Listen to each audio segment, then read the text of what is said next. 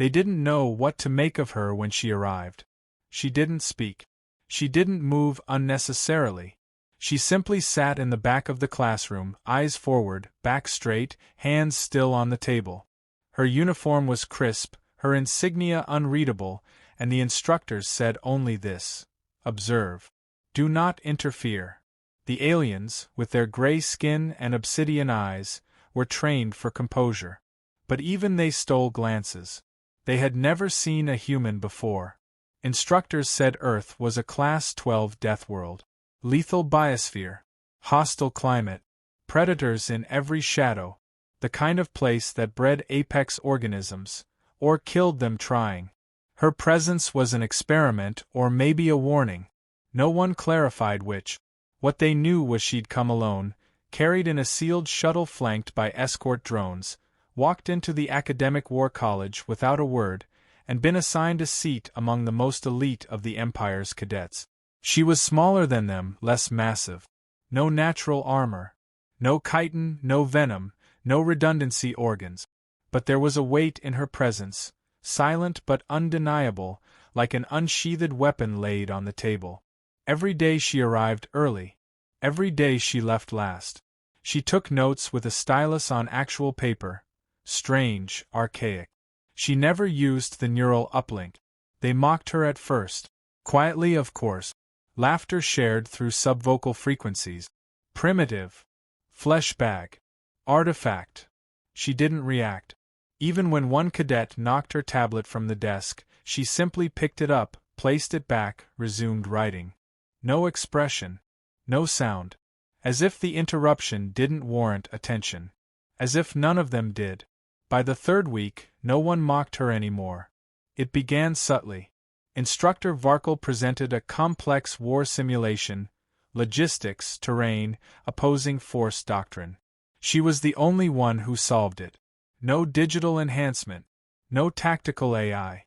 Just pen and paper. Her answer was so precise, so efficient, Varkle stopped mid-sentence. You predicted the enemy withdrawal phase to the second. That algorithm isn't even public yet. She said nothing. Another time, during a xenowarfare exercise, the cadets debated countermeasures to a terravore infestation on an orbital farm colony. Hours of discussion. She waited, then spoke one sentence. Starve them. Then burn the tunnels. It worked. The simulated colony survived with 90% integrity. No one else had reached 60. From then on, they watched her differently. Cadet Ulvik, a towering chitin-plated brute from the Valgrak Dominion, challenged her during unarmed drills. She was unarmored, unaugmented. He weighed 4 times her mass. She dropped him in 4 movements. No flourish. No rage. Just mechanical efficiency. She broke his arm and walked away before the instructors arrived. He never looked at her again. The staff debated quietly, should they separate her? Move her to an observation unit? She was excelling in every subject, outperforming veterans, rewriting combat theory in silent scribbles. Her combat algorithms were faster than the fleet's top neural matrices. But she refused all interviews. Every counselor request. Every translator probe. She didn't need their acceptance. She didn't want their recognition. She was learning. Not to pass time. To prepare. Rumors spread that she was a survivor. That her colony burned. That Earth had vanished. That she was the last one. But those were lies and everyone knew it. Humans don't vanish. They endure. No one said it aloud, but it hovered in the air between every session, in the moments she stared at the tactical displays a second too long. The Empire thought they were inviting a curiosity into their rank. They didn't realize they had admitted an apex predator into their sanctum. They tried to test her. They simulated failure. They altered variables mid-drill. They threw her into no-win scenarios. She beat them all. When they assigned her a team, the others learned quickly.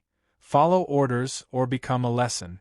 Her strategies weren't reckless, just ruthless. She didn't ask for loyalty. She earned submission. They still didn't understand her. Then came the planetary siege exercise. The cadets were divided into factions, given control of simulated armies, and told to contest a volatile world. The goal was simple: secure the capital, hold it for 48 hours. Alliances formed. Betrayals followed. Every faction collapsed into chaos. Except hers. She didn't engage the others. She vanished into the mountain ranges, established radio silence, mined the terrain. When they finally found her, 3 days later, it was a massacre. Precision strikes. No survivors.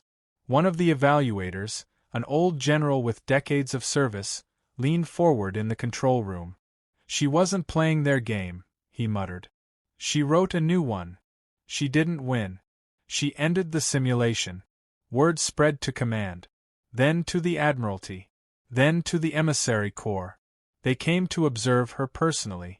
Tall, robed figures, skin like steel, eyes filled with eons of strategy. They watched her in silence. She ignored them. Continued writing, calculating, preparing. It unnerved them. Even the oldest had never seen a mind like hers. There was no hunger for conquest, no joy in destruction. Just focus. Cold and endless. When they asked her, finally, directly, why she was here, she spoke only once. To understand your weaknesses. The room fell silent. She didn't elaborate. No one laughed. They transferred her after that. Promoted her beyond the academy. Gave her access to fleet simulations, planetary defense systems, black-level war doctrine. She absorbed it all. Modified it. Corrected it. Rewrote centuries of dogma in footnote. She submitted a theory on asymmetrical Deathworld engagement that invalidated half of the Empire's invasion playbook. She wasn't challenging them. She was mapping them. They stopped trying to evaluate her. They started trying to copy her. They failed. Every war simulator they placed her in, she broke. Every engagement scenario, she ended too fast, too brutally. No wasted movement. No diplomatic theatrics. Just total collapse of enemy structure. She didn't celebrate victory.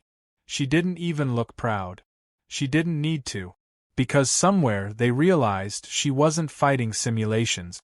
She was rehearsing. One day she didn't report to class. Or to the testing chambers.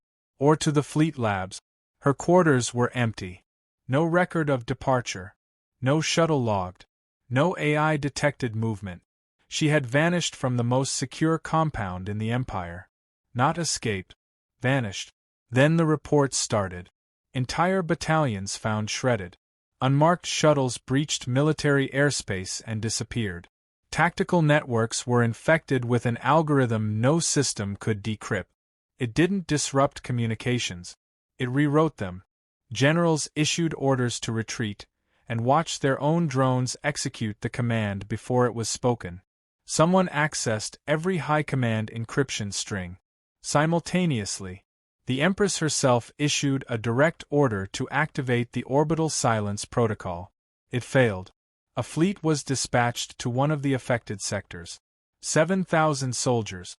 Reinforced armor. Psionic dampeners. They reached the impact zone and found only ash. And one body. Unarmored. Human. Sitting cross-legged on the ground, eyes closed. The commanders hesitated. That's when the orbital guns turned on them. Fleet destroyed. Every ship detonated from within. Simultaneously. The Empire's search grid spanned 14 systems. Entire intelligence divisions retasked their satellites, fleets repositioned, black site informants activated. They weren't searching for a fugitive. They were trying to track a ghost with the power of an extinction-level event. The data was incomplete, corrupted, overwritten by her presence. Even machine logs disagreed on what had happened. Some showed infiltration. Some showed external strike. Others recorded no breach at all, just a moment where systems went dark, and when light returned, everything was already gone. Command blamed a new weapon, or sabotage, or an internal coup. None of them said the truth out loud, that she had done this alone. From the silence, she began to carve her message, not in words but in surgical destruction. Forward listening posts ceased transmission. Planetary shields activated without cause, then collapsed. Biometric locks failed across entire outposts, doors opening into darkened halls where the only sign of a struggle was the absence of bodies. She didn't leave warnings. She left calculations, adjustments, corrections. Every target she struck had previously failed to account for a variable, a flaw in security, a delay in protocol, a lie in the data. She removed them all with terrifying precision. The first time the Empire sent assassins, they sent 12. Genetically perfected, armed with thought-reactive weaponry, each trained to kill on a cellular level. They surrounded a derelict transport she had been traced to. Breach teams entered. There was no resistance, just silence, until the screaming started. One operative managed to fire a shot, before his weapon turned in his hand and ruptured his own chest. They found the 12. No external injuries, no combat damage, just eyes wide open, as if they'd seen something they couldn't understand and died trying. After that, no one volunteered. But the Empire couldn't stop. Not now. Entire regions were falling out of alignment. Pirate factions stopped raiding. Border wars halted. Rebellion cells began transmitting a single, shared phrase through encrypted subnets. She walks alone. It wasn't ideology. It was awe. Her next strike came at Verican Prime, a strategic nexus between 5 supply routes. No explosions. No visible assault. Just a sudden blackout. 36 hours later, the entire planetary database was reformatted. Civilian and military sectors integrated. Logistics rerouted. A new AI core installed itself and began issuing orders that couldn't be countermanded. It built shelters, launched food programs, distributed weapons to the poorest sectors. When command arrived to reclaim it, they found themselves locked out. By then, military analysts had a theory. She wasn't destroying the Empire. She was replacing it. Her image never appeared. No videos. No intercepted comms. But her presence was a pattern, unmistakable. Tactical schools reviewed old footage from her academy days, trying to find clues. They didn't understand the irony. The signs were already there. Every formula she corrected. Every doctrine she rewrote. She had been telling them from the start. You're broken. And I will fix you. The Empire tried to build counters. Death squads trained specifically on Terran combat psychology. AI modeled on her tactic. None worked. One AI, modeled after her early cadet data, achieved temporary success in predicting her next target. Then it shut itself down, deleting its own memory block. When asked why, it left one phrase on the command console. She is not a simulation. Still, they tried. They deployed psychic barriers, gravity trap, reverse-engineered human neurotoxins. None slowed her. Because she never repeated a method. Every strike evolved. Every tactic changed. She didn't just learn. She adapted faster than they could document. And worse, others began following her. No humans, but others. Alien defectors. War orphans. Rogue officers. They didn't know her. Had never met her. But they believed in her. Not because she promised victory. Because she delivered it. Planet after planet fell, but not into chaos. Into clarity. Cities functioned. Water flowed. Power grids stabilized. She didn't install herself as a ruler. She left instructions. Then vanished again. She wasn't building a throne. She was building a system. The Empress summoned her war council. 7 of the most lethal minds in the galaxy. They met in a hollowed asteroid cloaked in quantum distortions, guarded by 4 fleet. They reviewed everything. Every movement. Every strike. They argued endlessly. Until one, a strategist named Vaughn, raised his hand and whispered, "She hasn't attacked us." The room froze. He elaborated. "We assume she's targeting our systems. But each move she makes avoids key structures. She disables them. Rewrites them. But never eradicates. She's dissecting the body of Empire, but she's not touching the heart." The Empress asked what that meant. It means she's giving us time to realize the truth. And what is the truth? We're already dead. That strategist was arrested the next day. She struck again. A deep space prison complex known as Red Horizon. No known weaknesses. Housed over 10,000 prisoners, most political. No attack was registered. No alarms triggered. Only the message, Red Horizon has been dissolved. The prison vanished. Every inmate relocated. Their files erased. The wardens were found confined in their own cells, unharmed but broken. The Empire's borders shrank. But no war had been declared. No manifesto had been broadcast. The Galactic Court tried to convene a tribunal. Every representative summoned found their shuttle routes redirected, gently but firmly, to neutral colonies. Someone had overwritten the NAV systems. By then, they understood. She wasn't rebelling. She was operating. A force with no name. No face. No demand. Just an objective. The Empire declared a state of total emergency. But even their most secure frequencies were compromised. High command messages rerouted through third-tier satellite. Fleet carriers found their propulsion systems subtly miscalibrated. Just enough to miss rendezvous by minute. Enough to fail. The collapse was silent. No marching armies. No planetary invasions. Just decision by decision, delay by delay, until the structure imploded under its own inefficiency. And when the Empire finally saw her again, it was not in person. It was in a field report from a border moon. A young officer described a woman helping evacuate civilians. No armor. No weapons. Just motioning people into transport. Quietly. Efficiently. He asked her name. She said nothing. But when he thanked her, she paused.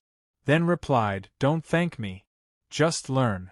By the time reinforcements arrived, she was gone again. And the people began to ask the same question the Empire feared most. What if this isn't vengeance? What if it's instruction? And what if they deserve it? They expected her to surrender. After all, the city was surrounded, its defenses shattered, and the civilian evacuation incomplete. The alien general stood atop the scorched landing platform, gloating as if victory had already been inked into the records of galactic history.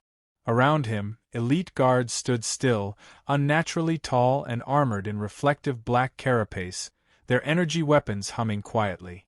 The skies trembled with the lingering echo of atmospheric bombardments. Fires danced on the horizon. Then she stepped forward. Alone. Her boots echoed on the cracked stone, each step deliberate. The Deathworlder girl walked like the ground belonged to her. She didn't need backup. Not when she was backup. The alien general frowned. "Where are the Earth reinforcements?" "You're looking at it," she said. They laughed. The command staff behind the general snorted and muttered in their native tongues. The tall one with scarred mandibles leaned forward to whisper something, but the general waved it away. Arrogance was common among them. Understandable, too. Their empire had never lost a planetary campaign in over 300 years. Until now, no species had ever mounted a successful resistance after orbital supremacy was lost. She didn't blink. Her hands stayed loose at her sides. The breeze caught strands of her hair, but her expression remained unreadable. "You were the girl in the academy," one of the guards finally said. "The one who never spoke." She nodded once. "That wasn't silence," she replied. "That was listening." The air shifted. The general noticed it too, a pressure in the chest, an instinct honed through decades of conquest that told him something wasn't right. He raised a hand, issuing a soft command in their guttural language. The guards moved. For broke off, fanning around her, weapons raised. She didn't move. The first one fired. The blast never reached her. Instead, she caught it. Her hand moved faster than sight, fingers glowing for a fraction of a second before the energy dissipated harmlessly. The second blast came a millisecond later, and she redirected it. It punched through the firing guard's chest. The others paused, hesitation blooming like doubt behind their faceless helmet. Then she attacked. It wasn't flashy. It wasn't cinematic. It was pure, violent efficiency. She moved like water poured through cracks, slipping inside their formation before they could adjust. Joints were shattered. Limbs dislocated. Bones crushed through armor. One fell, then another and another. Not a single wasted motion. Not a single sound from her lip. 5 seconds later, she stood among bodies. The general did not laugh now. Kill her. Dozens of troops opened fire. The ground erupted.